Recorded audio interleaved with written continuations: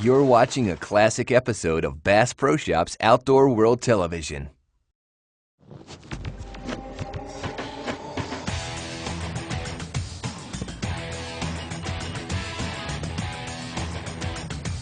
Most anglers avoid bass fishing on mornings when a cold front blows through. The combination of a dropping barometer, chilly air, and strong winds can make fishing tough.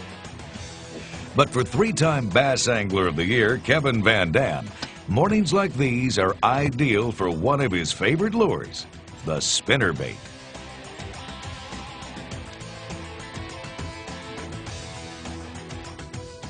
Spinnerbaits don't look much like anything that bass eat, but there's something about the flash and noise that the fish sometimes find irresistible, especially in the hands of an expert. Every day you got to kind of figure out where they're going to be and what's going on, and today is just a perfect day for fishing spinnerbait. We got cloudy skies and we got a good wind, the lake's clear, and that's when conditions are at their very best. I mean, that's my ideal spinnerbait day, is a day just like today. Oh, he ate it too. That's a pretty one. Boy, today is just one of those days you just dream about. You know, last night I watched the Weather Channel and I saw the forecast. We're going to have some good wind and good cloud cover. This lake, the water is real clear. It's just a perfect day for throwing a spinnerbait. Everything is in my favor today. You know, we got wind that knocks down that light penetration, and this front that's passing through. The bass are going to be more active and chasing shad, and that's just all the right ingredients for throwing a spinnerbait. Oh, God, there he is.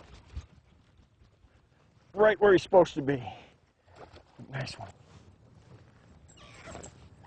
Got him on my little insurance hook right there.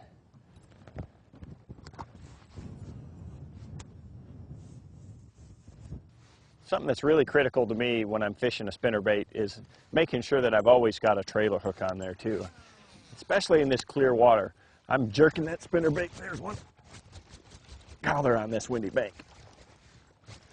I'm jerking that spinnerbait and trying to make these fish react to it, so they're hitting it a lot of times without, you know, thinking that they're actually feeding. So they're just hitting it out of a reaction a lot of times, and it's so critical to have that trailer hook on there.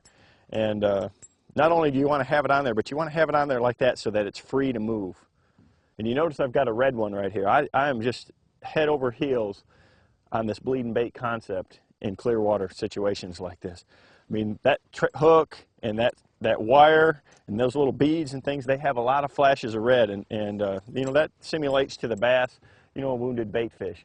And it makes a ton of difference. I'm so confident in the bleeding bait concept that if the water's stained clear, I can't hardly throw any bait anymore that doesn't have red hooks.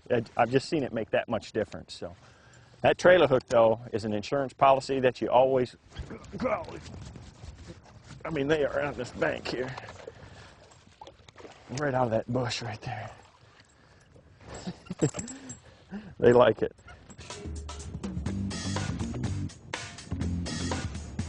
Cold front? What cold front? These bass are biting like it's a balmy morning in spring. Perfect little spot there. Small one.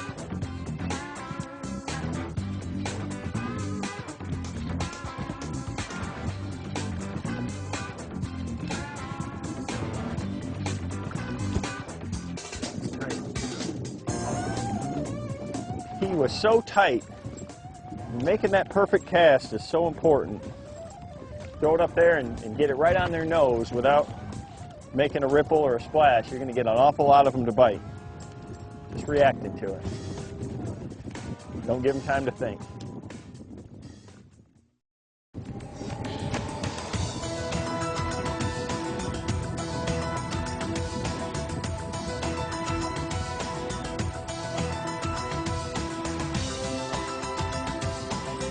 Kevin Van Dam is fishing a windy, cold front morning, usually a tough time for bassing, but his spinnerbait tactics are really doing the job.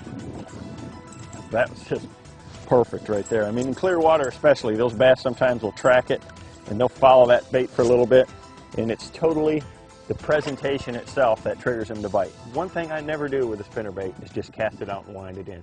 If you fish it in clear water and you reel it fast, you're going to catch more bass. But one thing I always am doing is I'm jerking it, twitching it, fluttering it, you know, changing the speed of that bait, trying to make the blades kind of bang together a little bit, make the skirt flare. Anything like that triggers a reaction out of those fish. I want to make it look like there's something wrong with it. Make it look like it's an easy meal to the bass. And that's when you're going to get your strikes. I mean, right as I come up to a good log or lay down, I'm going to give it a quick little snap of the rod tip. I'm going to let it flutter for a split second. Not too long. Don't let it sink a foot or two. Just let it hesitate for a second. Change the rotation of the blades again. Make that skirt jump. That's what triggers those bass. It makes them just dart out there and go after it.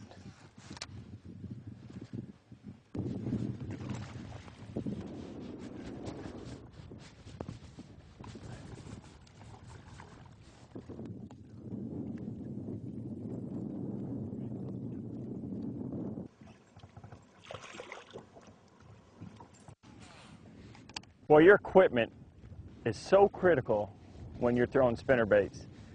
And what I mean by the equipment, I'm talking the total package. I mean your rod, reel, line, it all adds up to, you know, how efficient you're going to be and how good a spinnerbait fisherman you're going to eventually be. You got to have the right rod. That is the most important thing. And for me, when I'm throwing at cover like this and isolated targets, I like to have a rod that I can be real accurate with. But if I want to throw it say a bass blows up 40 yards away and I want to make a real long cast, I still want to have enough rod to do that. So I think a 6.5 foot medium heavy action rod is the perfect thing. You got to have something that has some flex in that tip. That's what gives you that soft presentation when I make that roll cast. You got to have a little bit of tip, but I want a lot of backbone through the midsection of the rod too. And that'll give me that good soft entry into the water. And the butt isn't too long, so as I'm making casts in tight like here, I can go right, left, and I can make that pinpoint precision cast and get that soft entry. For your reel, it's so critical too to have a high-speed reel.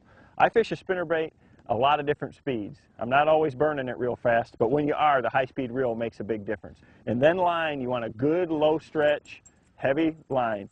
I start with 17-pound test line and go up from there. When you're always fishing around cover like that, you know, a spinnerbait is the one lure in your tackle box that the action isn't affected by the size of your line. You want to use a heavier line. The only thing that the line size will do is affect how deep the bait runs. So I start with 17. I use Bass Pro's XPS monofilament. It's a real good low stretch, high abrasion resistant line, and it's green. In this clear water, the fish can't see it. I'm moving the bait quick enough that they're not going to see it even if I was using a fluorescent line or even a clear line. But I like green. It's going to be invisible. It blends in with the grass and the cover, and it's real tough. If I get a bass in that gnarly stuff, I'm going to be able to get him out, and that's really important.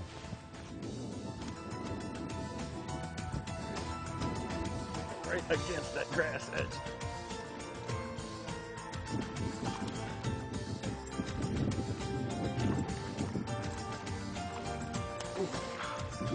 The right gear and the right presentation in the right spots brings fast success. Trailer hook. Always got to have it.